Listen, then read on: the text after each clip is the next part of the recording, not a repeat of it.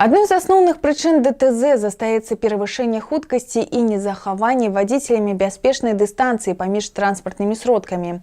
Гэтая тэма ўзнімалася ўжо мноства раз, і сёння менавіта на ёй супрацоўнікі ДАІ зноў завастраюць увагу ў рамках адзінага дня бяспекі дарожнага руху. Сегодня на территории города Шклова Шкловского района проводится единый день безопасности дорожного движения под девизом «Сбрось скорость». Особое внимание мы уделяем водителям, которые не соблюдают установленный скоростной режим.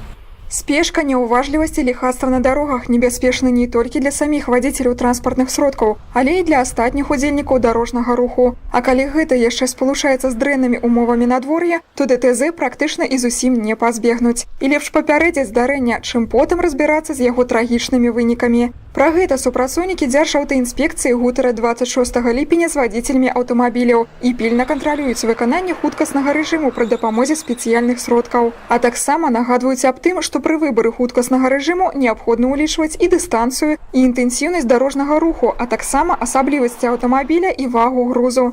На жаль, не ўсе дасканала выконваюць правілы дарожнага руху і хоць раз здзяйснялі абгон у неналежным месцы або банальна перавышалі хуткасць. За апошні недобрасумленным вадзіцелям можа пагражаць адміністрацыйная адказнасць, як у памеры штрафу да 10 базавых велічынь, так і пазбаўлення правоў тэрмінам да года ў выпадку паўторнага перавышэння хуткасці на працягу года.